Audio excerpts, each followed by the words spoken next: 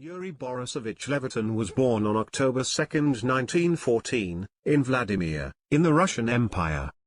He was born into a Jewish family to a tailor and a housewife. Yuri traveled to Moscow in the early 1930s, hoping to become an actor, but he was rejected due to his provincial accent. He later found a job at a Moscow radio station, helped by his characteristic deep voice. In January 1934, after hearing a broadcast by Levitan, Soviet leader Joseph Stalin called the radio station to order that from then on, Yuri Levitan would read his announcements. He became Stalin's personal announcer, and a leading personality within Soviet radio.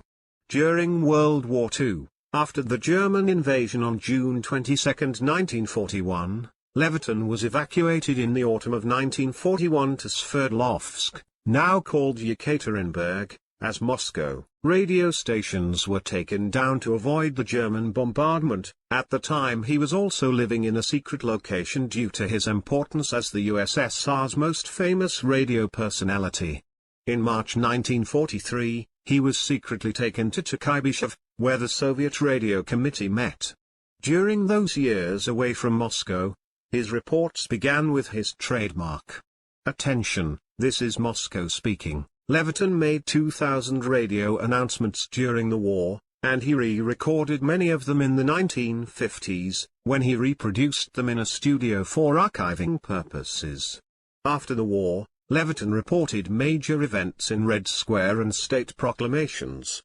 Between 1978 and 1983, he announced the annual Minute of Silence to commemorate Victory Day in the Soviet Union. In 1980, he was awarded the title of People's Artist of the USSR. He died from a heart attack on August 4, 1983, in Besnovka, in the Belgorod Oblast of the Soviet Union.